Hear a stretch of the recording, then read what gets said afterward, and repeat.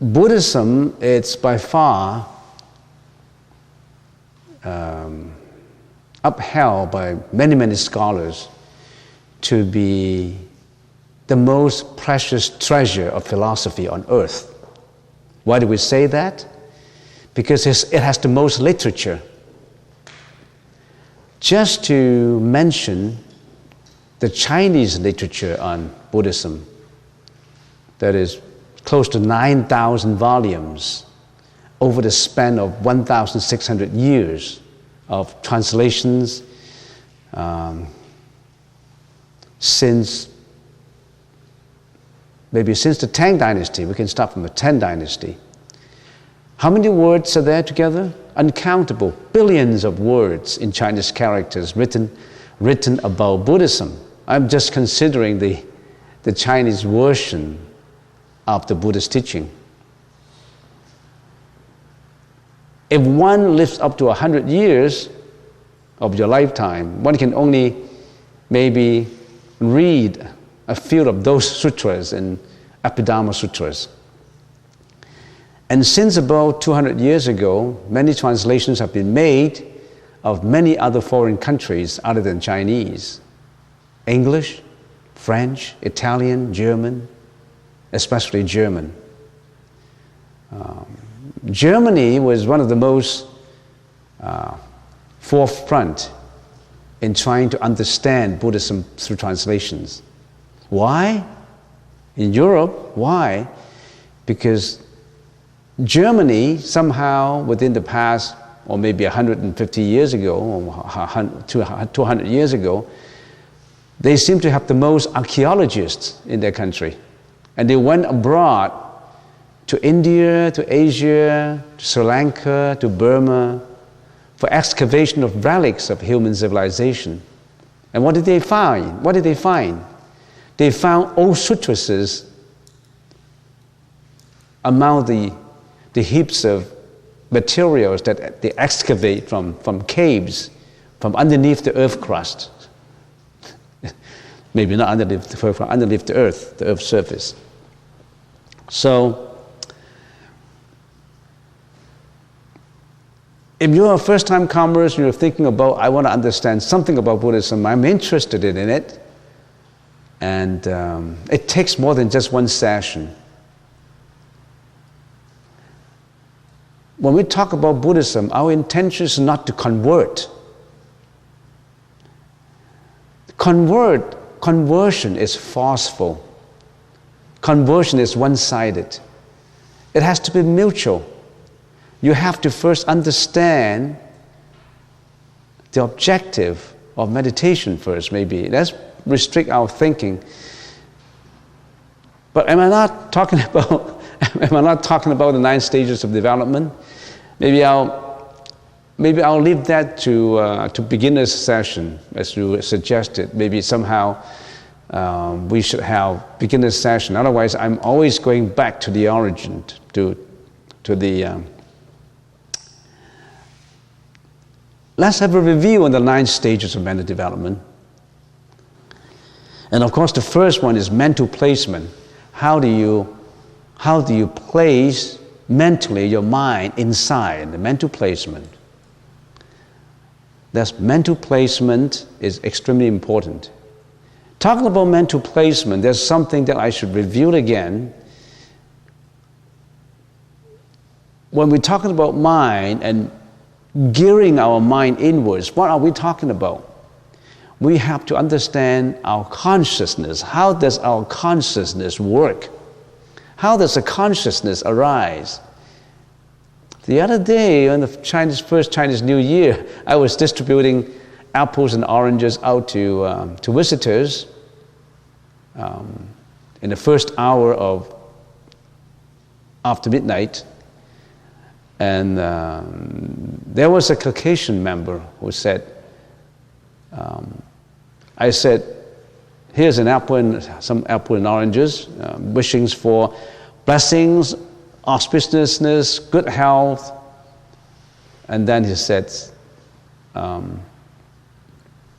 where does blessings come from? Why I was in a hurry distributing. It was asking me a metaphysical question, a philosophy question. Where does blessings come from? I said, blessings come from the mind. Where does the mind come from? I said, the mind comes from some consciousness. And then they sort of hesitated and they left. Consciousness, how does your consciousness, do you understand your own consciousness? How does a consciousness arise?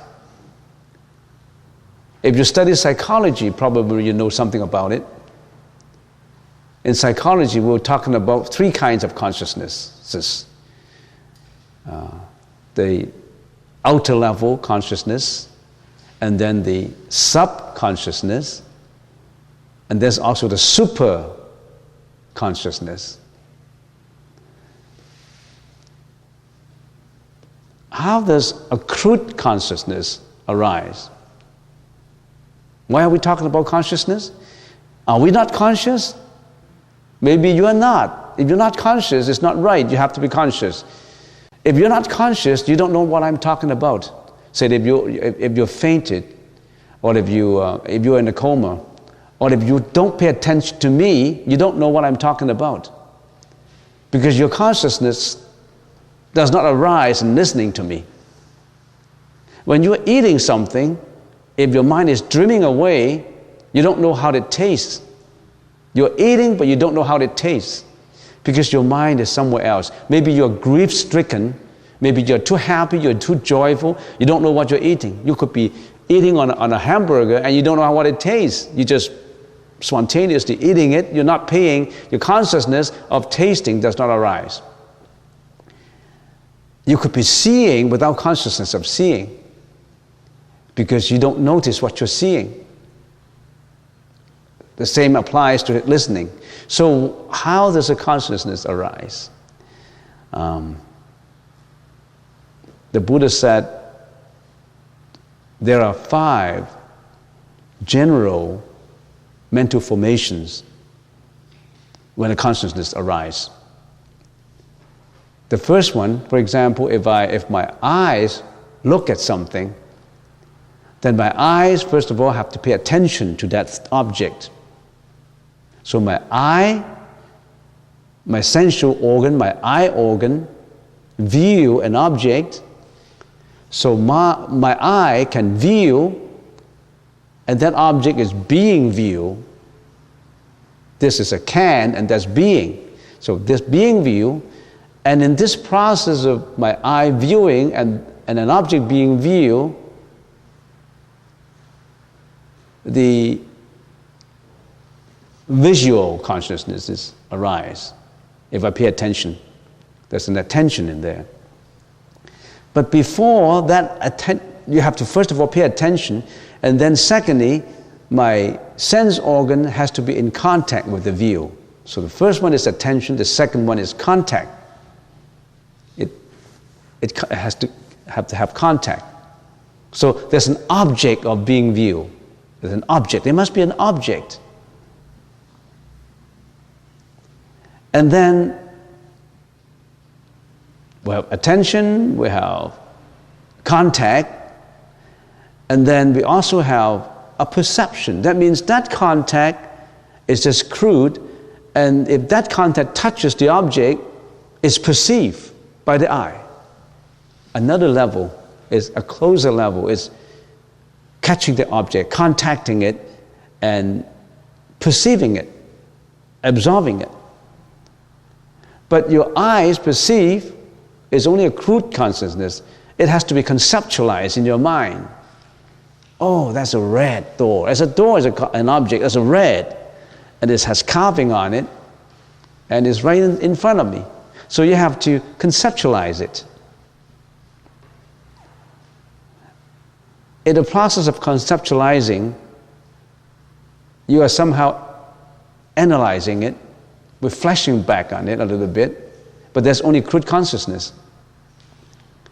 And then you carry on with more mental formations. If you look at that door and you just see that there's a red door, finished, then there's just a crude recognizing the redness of the door. But if you continue conceptualizing it and Oh, this is a red door, beautiful carving. Where does it come from? Maybe I'll go and take a look. I'll touch it. I'll touch the carving. I'll see how red it is. Is it painted? Is it wood? Is it fiber? Is it plastic? What does it make of? So all this attention, contact, perception, and conceptualization drives you to go and touch it. That's volition. You perform action after the consciousness arises. So in other words, just a general mental formation of seeing something, do you realize how much is involved in that? How much is involved in your sensual organs? I don't have to tell you how the ears work, how my tongue, my taste consciousness works, and how my smell consciousness works, and how about touch consciousness, tactile optic touch consciousness work. And why do we talk about all these? Do you know why we talk about all these? Who are you? You are made up of what? Who am I? What am I made up of? A bunch of flesh? I'm made up of my body and mind. And everything I speak, everything I perform, how I behave is from my body and mind. Don't you have to understand your body and mind better? Now when I see that door, or maybe give another example, not just a door, when I see something, or I always use an example, when a man sees a woman, of course there's attention, right? The first sight is an attention. And there's a contact, your eye contact. And then there's a perception. And that perception is a little analysis. Oh, there's an ugly lady. There's a beautiful lady. And then there's also a conceptualization. Nice looking, whatever. And then there's volitions. You strike up at an acquaintance. And then you carry forward, volitionally, carry forward an action. And it may wind up in an encounter that is not justifiable. I don't know, whatever it happens. So all these things, all this volitional action, all this speech, everything arises out from your consciousness and it drives you to do something. Nobody would have consciousness rise without volitional action. Your speech, your action, everything comes from your consciousness. And you perform accordingly. What did you perform? Killing, stealing, lying, intoxications, fear, disappointment, depression, jealousy, hatred, anger. Everything arises out of consciousness. And you perform accordingly. And you think after you perform those things, it's okay. Nothing happened. Your consciousness drives you to do something, to speak about something, and then nothing will happen. A lot of things happen. Because in whatever you do, whatever you say, there's three natures in it. A good, let's use simple English. Good nature, bad nature, and indifferent nature. Everything you do is of a bad nature. It brings out karma. It has karma in it. You can't get away with it. It's karma. If you hit someone, for example, on the street because somebody infuriates you, you hit something, you hurt someone, you think you can get away with it. Apparently, if the police comes up, you will be charged for assault. You can see the result right away. There's a consequence in it. And even if you get away without the police in here, the karma still exists.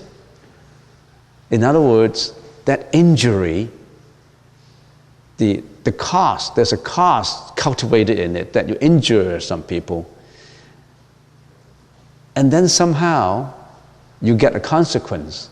You can't get away. There's a karmic force in it. There's a consequence, there's an effect in everything that you have done. Then how does that affect me? And people say, I suffered. My dad is an alcoholic. I divorced my wife. I lost my job.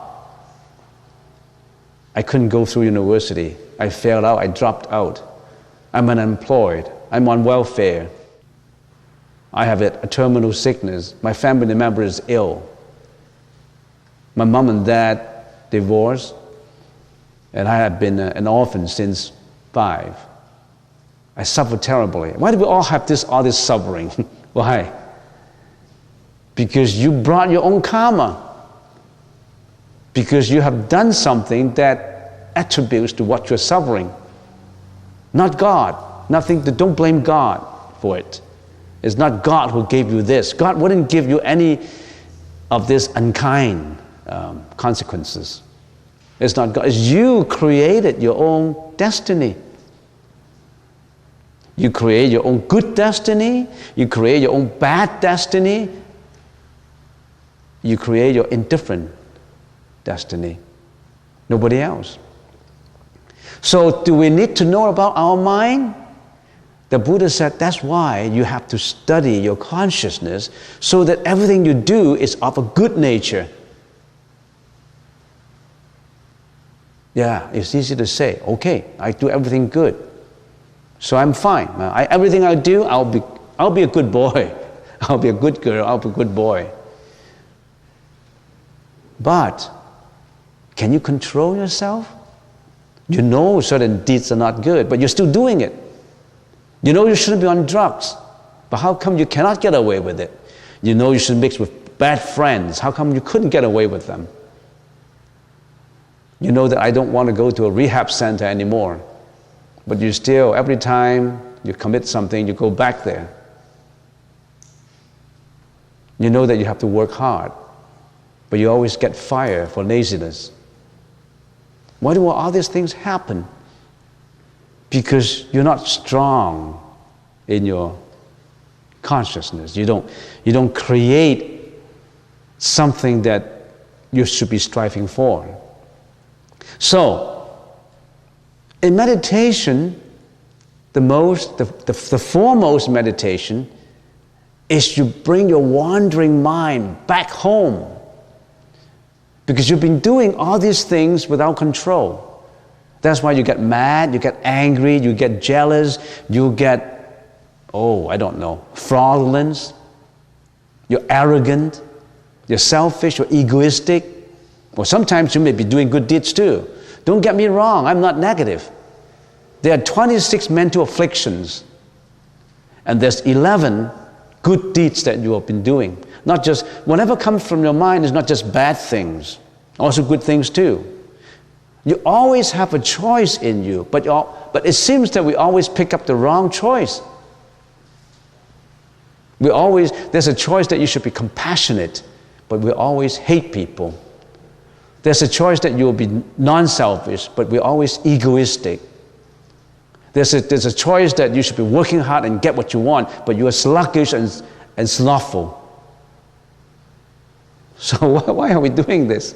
Are we not stupid? Why don't we start to know about ourselves more? That's Buddha's teaching. That's Buddhism. Not about God. Throw that concept away. That is a one-sided, forceful, trying to convert people concept. The Buddha's teaching is to reflect inside, to know about your own mind, so that you can be a better individual. Every morning when you go to work, don't you have to look at the mirror? Did I comb my hair? Did I do the makeup? Is my face clean? You do really have to look at yourself. And how come you don't look at the self-mirror of your own mind? You just look at yourself superficially on the surface. You don't contemplate on your real inner self, which is more important. What is more important? How you look or how your mind works.